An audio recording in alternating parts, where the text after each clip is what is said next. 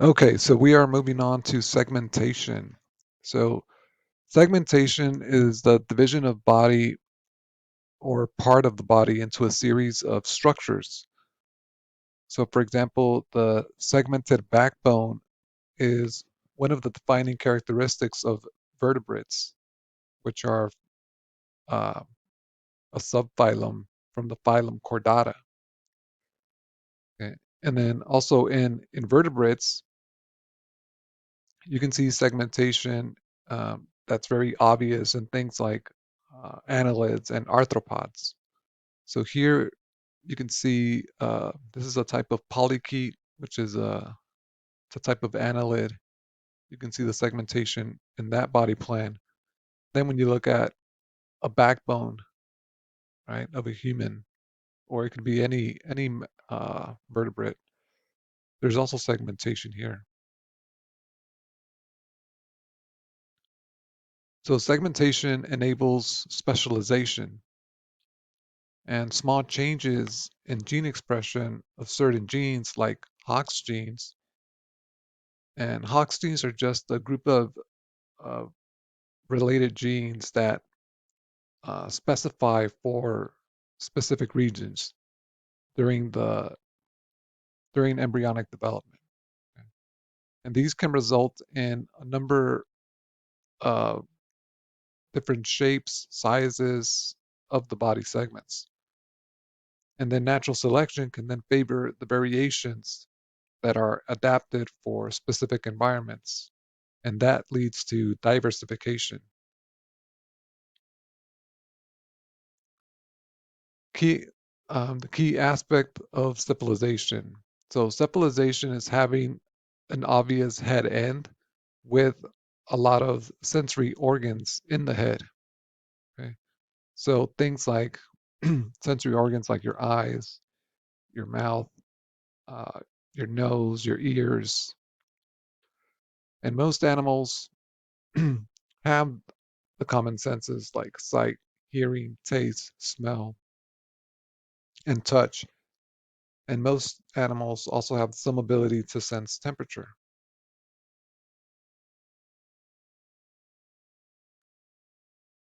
And then there's animals that have um, diversified a wide array of more specialized sensory abilities.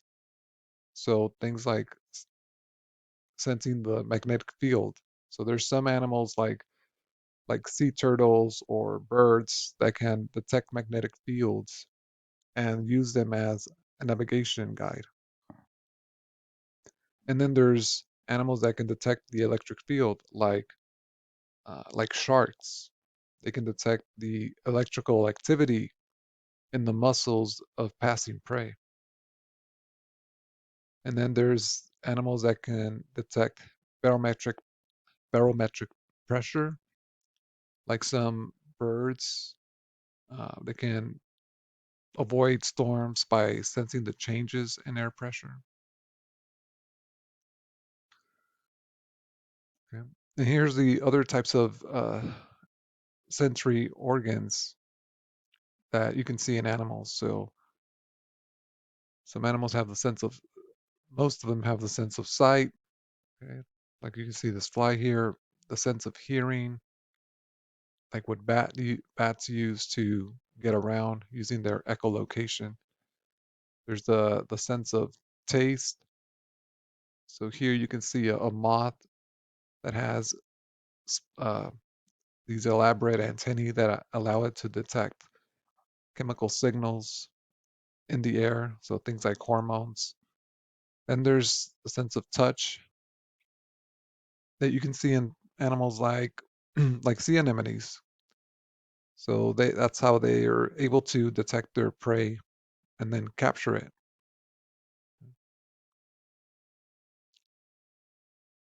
Then there's also some other senses, like the sense of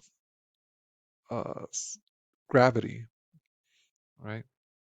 Which you can see in animals like comb jellies, right? Or the sense of temperature that you can see in things like pit vipers. So biologists distinguish what individuals eat from how they eat. Because you can see that animals within a lineage with similar body plans will often pursue different food sources and different strategies if their niche differs. So an example of this would be things like a sea cucumber and like a sea star. So they are within the same lineage because they're both from the echinoderm lineage, okay? But they pursue different food sources because the sea cucumber is a deposit feeder, so it feeds on the soil and uh, detritus that's on top of the soil. And well, the sea star is a predator. Okay? It feeds on things like clams. And so they do have different niches in that sense. And then you can see also animals from different lineages with similar niches. So, and these often pursue the same food sources and have the same feeding strategies. Okay, so an example of this would be like the sea cucumber and something like uh, an aquatic worm. So one of the polychaetes. Okay. They're different lineages, but they eat similar foods and they have similar feeding strategies. So here you can see some of the different ecological roles that animals can have. So there's the detritivores. So these are animals that are feeding on dead organic matter, like millipedes uh, or pill bugs. You have herbivores that feed on plants or algae, the carnivores feeding on other animals, usually other animals that are smaller than them. Or you can see omnivores, which feed on a combination of plants, animals, fungi, right, protists, or bacteria. Another type of predator are, or other types of predators are called parasites, and these get their nutrients from parts of their host, and they're usually smaller than their victims. So things like tapeworms or or ticks. Okay. So endoparasites are is when the parasite lives within the host, like a tapeworm or a fluke. Ectoparasites is when the parasite is is not inside of the host. So when you see things like ticks or mites or fleas, or leeches, those are all ectoparasites because they're not living within the host. The animal's mouth parts can vary um, because the structure of the animal's mouth parts correlates with the method of feeding. So some of the feeding tactics that are observed in animals can be broken down into four general types. There's the suspension feeders, also known as filter feeders, deposit feeders, fluid feeders, and mass feeders.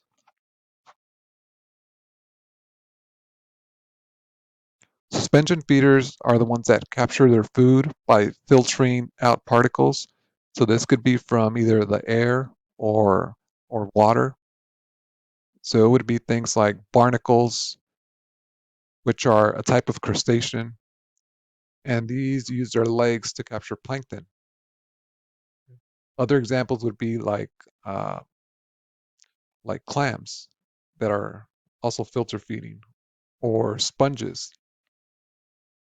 Deposit feeders are the ones that ingest organic material that has been deposited within a substrate. Okay? And so when they feed on the organic material, they also take in part of the substrate. So it could be sand, uh, it could be other types of soil. Okay? So for example, sea cucumbers use their feeding tentacles to take in the detritus from the sea floor. On land, you can see this with things like earthworms, which they take in the soil, but along with the soil, they're taking in uh, like dead organic material, like plants. Yeah. There's the fluid feeders, and these are animals that s- um, suck liquids like nectar or plant sap or blood. Yeah. So, for example, butterflies and moths drink nectar through their uh, feeding mouth part called the proboscis. You can also see this in things like bees.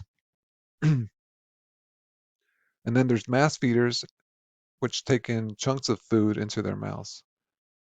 Okay, so like lions eating meat, or it could be any other animal really that's a predator.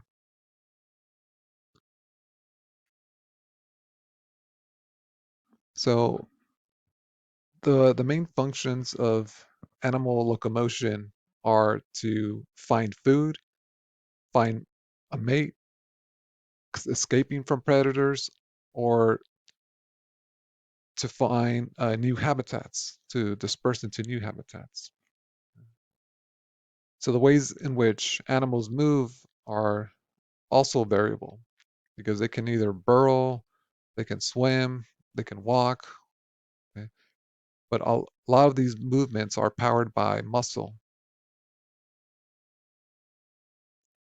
The types of skeletal systems that enables these complex movements are hydrostatic skeletons, which derive their support from a flexible body wall that surrounds either soft tissue or fluid that's under compression. And these would be things like sea anemones um, or worms. Then there's the endoskeletons, which derive their support from hard structures within the body. So, like bones, uh, invertebrates, or spicules and sponges. And then the exoskeletons derive their support from hard structures on the outside of the body. So, like the exoskeletons of arthropods. So that includes, insects, crustaceans, arachnids. Then you also have limbs that contributes to the diversity of movement. So they develop as out pockets of the body wall and can have a variety of forms. For example, the lobe-like hydrostatic limbs of onychophorans. So these are the type of velvet worm, or more flexible hydrostatic tube feet, like the ones you can see in sea stars. Um, and then there's the jointed limbs, which you can see in arthropods and vertebrates. So here you can see the lobe-like limbs of the velvet worms. And this is a velvet worm here. This is the antennae. You have the jointed limbs that you can see in arthropods, like crustaceans. There's the parapodia that you can see in polychaetes. So these are type of annelid, okay, that they use to either crawl or swim. And then there's the 2 feet that you can see in echinoderms, like the sea star. So these they use it for uh, to crawl, but they also use it to feed because this is how they break open or tear open the, the bivalves. So when they're feeding on clams, they'll open the bivalves using the 2 feet. And then there's like the arms and tentacles of of squid and octopus. Yeah. And they use these to either crawl, swim, or to grab prey. So traditionally, it was thought that the major types of jointed and unjointed animal limbs were not homologous, so that they were not uh, a shared derived trait because the structures of the animal appendages were so diverse.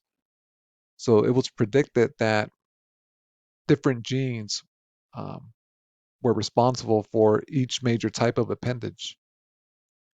But based on recent studies, this has changed.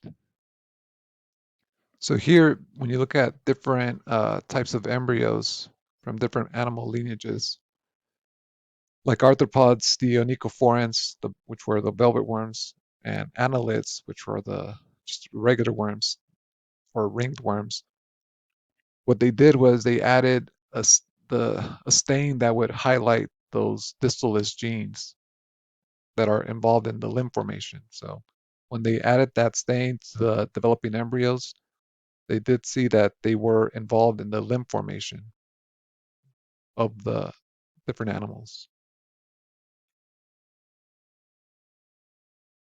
Okay, so we'll stop here and then we'll continue with reproduction on the next uh, PowerPoint.